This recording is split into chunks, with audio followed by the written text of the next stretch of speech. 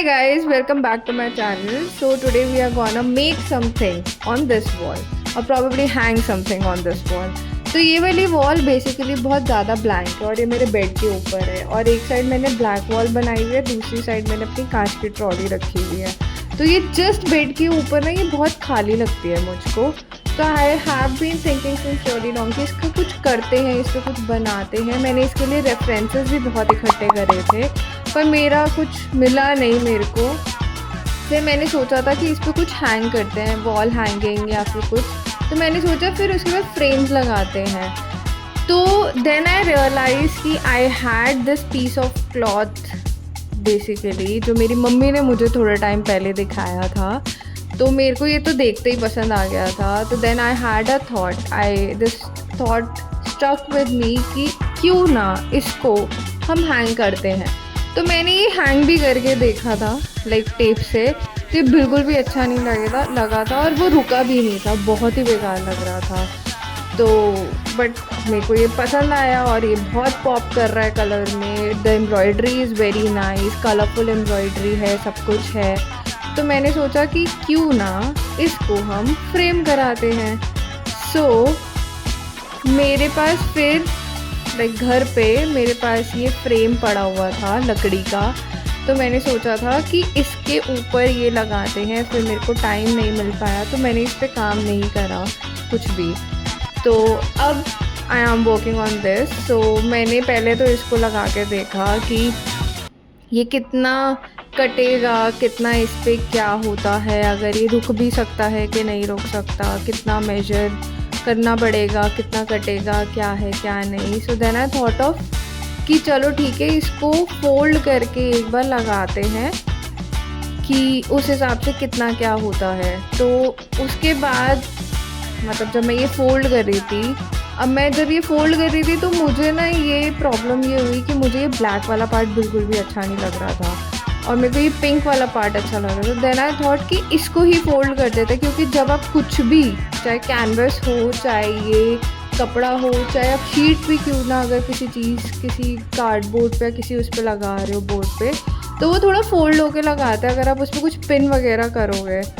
तो मैंने सोचा कि ठीक है चलो इसका पिंक का बॉर्डर रखेंगे। तो फिर मैंने इसको फोल्ड करना स्टार्ट करा, इसके कॉर्नर्स वगैरह, कि ओके चारों तरफ से एक बार इसको फोल्ड करके देखते हैं कैसे कैसे क्या क्या जाएगा और कितना फोल्ड होता है और साइज़ पूरा आएगा नहीं आएगा, क्या है क्या नहीं है, कि कितना कटेगा। तो मेरे को एक आइडिया मिल जाएगा और मैं जाके ये कटवा सकती हूँ कि ओके भैया अभी इतना काट दो, क्योंकि मुझसे अकेले तो कटेगा नहीं।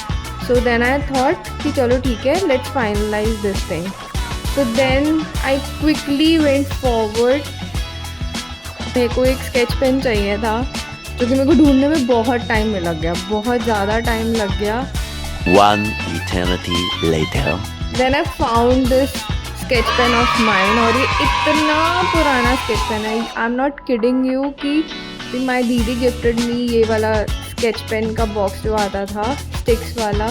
और ये ग्रीन कलर का स्केच पेन मेरे को मिल गया गलती से क्योंकि मेरा मार्कर खो गया था एज ऑलवेज। तो फिर मैंने फटाफट इसकी मार्किंग्स करी कि कितना कहाँ पे क्या है क्या नहीं है, और कपड़े से बचा के, क्योंकि मैं कपड़ा ख़राब नहीं करना चाहती थी। अब मैंने ये फ्रेम फिक्स करा लिया है। I couldn't record that part क्योंकि जब मैं कटवा रही थी इस फ्रेम को तो धूल मिट्टी बहुत ज़्यादा उड़ रही थी। तो आई थॉट कि रहने देते हैं। फिर फटाफट मैंने ये वाला जो क्लॉथ है ये लगा के, ये फैब्रिक लगा के देखा इस फ्रेम पे कि कितनी डायमेंशन के हिसाब से कहाँ से हम फोल्ड कर सकते हैं। और एक प्रो टिप है, अगर आप कभी भी कोई कैनवस या फिर कोई फैब्रिक किसी फ्रेम पे लगाते हो, हमेशा उसको खींच के तब फिक्स करना, वो बहुत अच्छे से फिनिशिंग आएगी उसमें। इवेंचुअली जब वो सही फिक्स हुआ, then I started stapling the pins on the wooden part और बहुत सारी पिन्स गई हैं क्योंकि पिन्स इसमें से निकल रही थी और अच्छे से नहीं लग पा रही थी क्योंकि हमारा जो स्टेपलर है वो बहुत छोटा है। और जब हम वुडन पार्ट पे कुछ स्टेपल करते हैं तो हमें बड़ी वाली पिन्स यूज़ करनी पड़ती है, क्योंकि हम DIY करते हैं तो हम छोटा स्टेपलर यूज़ करेंगे।